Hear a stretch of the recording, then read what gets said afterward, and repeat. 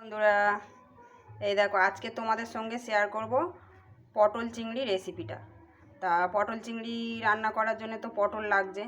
পটলে যে আমি কেটে রেখে দিয়েছি এরকম করে, অল্প খোসাটা ফেলে অল্পটা রেখে দিয়েছি, অল্প খোসা আছে আর অল্প ফেলে দিয়েছি। আর এখানে আছে এই যে আলু এরকম ডুমো ডুমো করে কেটে নিয়েছি। তো চলো, তো এই যে কড়া বসিয়ে দিয়েছি, কড়াটা গ্যাস জ্বালিয়ে দিয়েছি, দিয়ে কড়াটা বসিয়ে দিয়েছি, দিয়ে এখন দিয়ে দেবো এই যে সর্ষের তেল। রান্নাটা আমি আজকে সর্ষের তেলেই করব। তো এখন দিয়ে দিয়েছি তেলটা গরম করে নেব। তেলটা দেখো গরম হয়ে গেছে, দিয়ে দেবো 1 চামচ লবণ, পরিমাণ মতো লবণ দিয়ে দেবো। দিয়ে দেবো এখন এই যে পটলটা কেটে রেখে দিয়েছিলাম, ধুয়ে পরিষ্কার করে রেখে দিয়েছি, ওটা দিয়ে দেবো। দিয়ে সুন্দর করে ভেজে নেব। খুব লাল লাল হবে না, মোটামুটি একটু ভাজা ভাজা করে নেব। তো পটলটা ভাজা হচ্ছে, আমি এখন কিছু মশলা করে নেব। তো মশলা বলতে এখানে আছে এই যে কিছুটা নারকেল কুচে রেখে দিয়েছি, এটা মিক্সিতে বেটে নেব। আর আছে কাঁচা লঙ্কা, 6টা কাঁচা লঙ্কা আছে, ছোটো কাঁচা লঙ্কা 6টা আছে। আর একটু আছে টমেটো, 2টো ছোটো টমেটো কুচে নিয়েছি, এটাও বেটে নেব। আর এখানে আছে এই যে আদা আর রসুন একসঙ্গে আছে, আদা রসুনটাও বেটে নেব। আর আছে এখানে কিছুটা পোস্ত নিয়ে নিয়েছি। এই পোস্ত খুব বেশি লাগবে না, অল্প লাগবে, এই জন্য কিছুটা পোস্ত নিয়ে নিয়েছি, পোস্তটাও বেটে নেব। তো পোস্তটা আগে আমি গুঁড়ো করে নিয়ে আসবো। তো এই দেখো পটলগুলো আমার লাল লাল একটু ভাজা হয়ে গেছে, আমি এখন পটলগুলো তেল থেকে নামিয়ে নেব। পটল ভাজার তেলের মধ্যে দিয়ে দেবো যে আলুগুলো কেটে রেখে দিয়েছিলাম ডুমো ডুমো করে, ওগুলো একটু ভেজে নেব।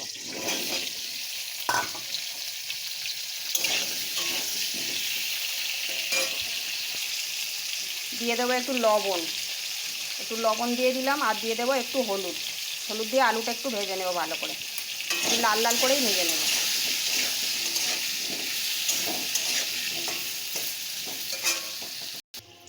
তো এই দেখো আলুটা আমার সুন্দর করে ভাজা হয়ে গেছে, এখন আলুটা আমি তেল থেকে তুলে নেব। তো পটল চিংড়ি বানাবার জন্য তো পটল লাগবেই। তো এখানে আছে এই যে আমার এই যে বড় গলদা চিংড়ি ছিল 6 পিস, এই 6 পিস চিংড়ি আমি এই যে মাথাটা বার করে নিয়েছি। মাথা এই যে এখান থেকে যে এটা থাকে খাবারের থলি, ওটা ফেলে দিয়েছি। দিয়ে মাথাগুলো নিয়ে নেব। আর চিংড়ি মাছগুলো এই যে পিস পিস করে নিয়েছি, 6টা চিংড়ি এই যে বড় চিংড়ি ছোট ছোট করে পিস করে নিয়েছি।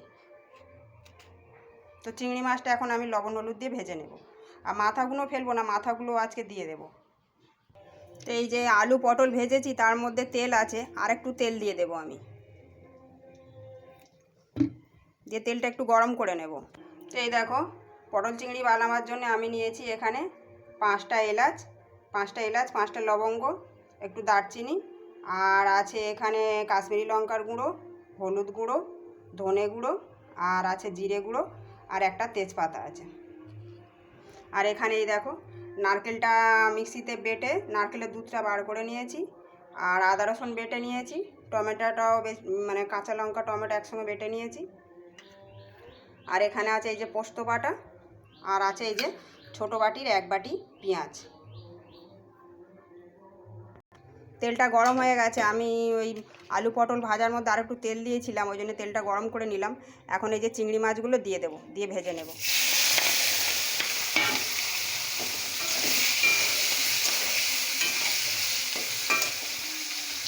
তো ওই দেখো চিংড়িগুলো বেশি ভাজবো না, বেশি ভাজলে আবার শক্ত হয়ে যাবে, ওই জন্য চিংড়ি মাছগুলো আমি এখন তুলে নেব।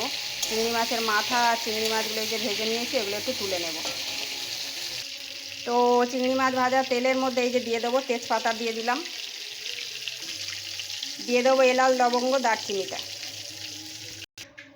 এলাচ লবঙ্গ তেজপাতা দারচিনি দিয়ে এখন দিয়ে দেবো 1 বাটি, যে ছোটো বাটির 1 বাটি পেঁয়াজ কুচে রেখে দিয়েছিলাম ওইটা দিয়ে দেবো। দিয়ে আমি পেঁয়াজটা সুন্দর করে ভেজে নেব। এই যে পেঁয়াজটা আমার একটু দেখো লাল লাল করে ভাজা হয়ে গেছে, আমি এখন দিয়ে দেব যে আদা রসুন পেস্টটা করে রেখেছিলাম, আদা রসুনের পেস্টটা দিয়ে দেব।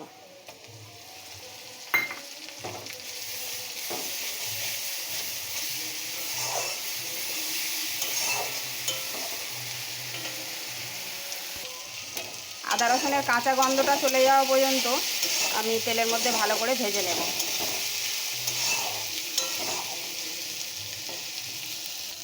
আদা রসুনের কাঁচা গন্ধটা চলে যাওয়া পর্যন্ত এই যে ভেজে নিয়েছি।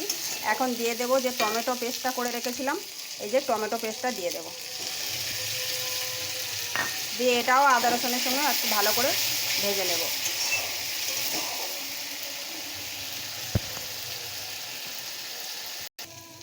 তো আদা রসুন আর টমেটোটা আমি ভালো করে একটু ভেজে নিয়েছি, কাঁচা গন্ধটা চলে যাওয়া পর্যন্ত ভেজে নিয়ে এখন দিয়ে দেবো এই যে গুঁড়ো মশলাগুলো, লঙ্কা, হলুদ, ধনে, জিরে এগুলো সব দিয়ে দেবো তেলের মধ্যে। এই মশলার মধ্যে দিয়েই গ্যাসটা আস্তে করে সুন্দর করে কষাবো।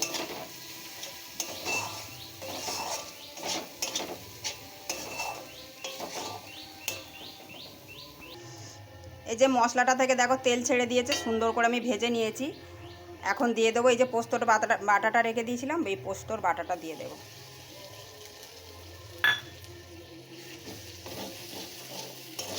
দিয়ে একটু নাড়াচাড়া করে নেব। এই দেখো মশলা থেকে সুন্দর তেল ছেড়ে দিয়েছে। আমি এখন দিয়ে দেব এই যে নারকেলের দুধটা রেখে দিয়েছিলাম, নারকেলের দুধটা দিয়ে দেব।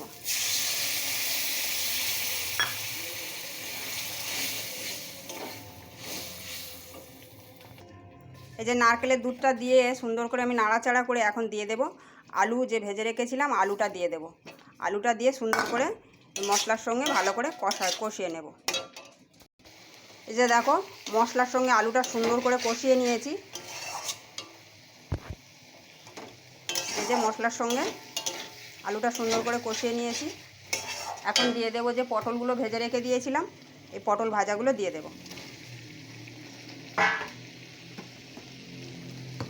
আলু পটলটা মশলার সঙ্গে সুন্দর করে কষিয়ে নেব।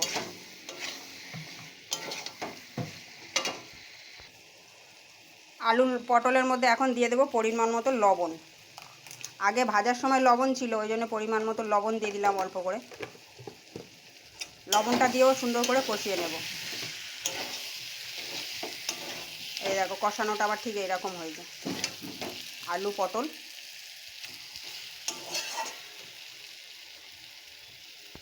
এখন দিয়ে দেব পরিমাণ মতো জল।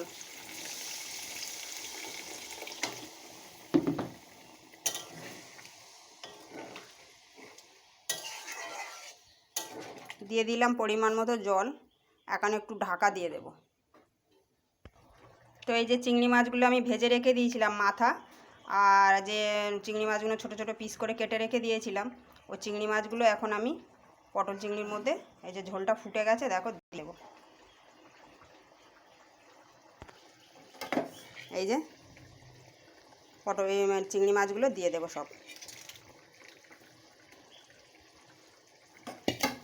দিয়ে ভালো করে নেড়ে নেব।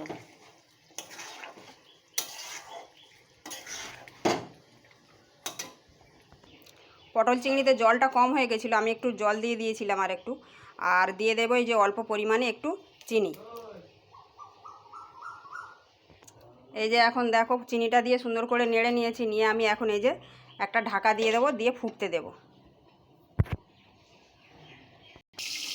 তো এই দেখো বন্ধুরা, আমার চিংড়ি মাছের পটল চিংড়ি আমার রেডি। তো চিংড়ি মাছ এই যে পিস করে করে নিয়েছিলাম, কিন্তু এই যে দেখো চিংড়ি মাছ আর এই যে পটলগুলো, আর এই যে চিংড়ি মাছের মাথাগুলো আমি ফেলে দিইনি, তোমরা চাইলে ফেলে দিতে পারো, কিন্তু বড় বড় মাথা বলে আমি আর ফেলে দিইনি, কেন চিংড়ি মাছের মাথার মধ্যে ঘিলু আছে, ওই জন্য ফেলিনি। তো এখন কমপ্লিট হয়ে গেছে, এই যে আলুও সেদ্ধ হয়ে গেছে, সুন্দরভাবে হয়ে গেছে দেখো।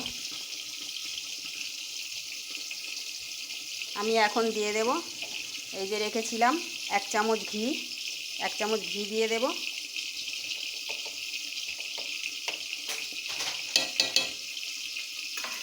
আর দিয়ে দেব একটু গরম মশলার গুঁড়ো,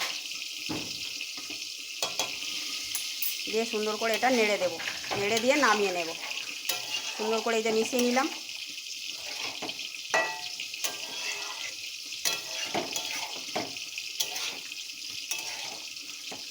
এই যে হয়ে গেছে আমার পটল চিংড়ি, দেখো কেমন লাগছে।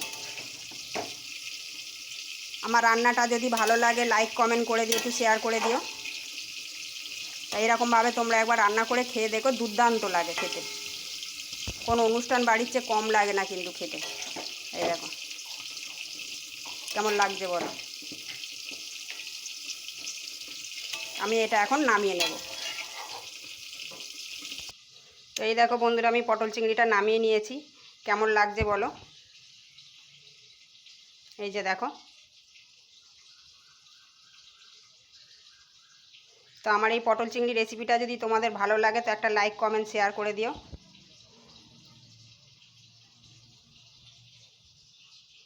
টাটা।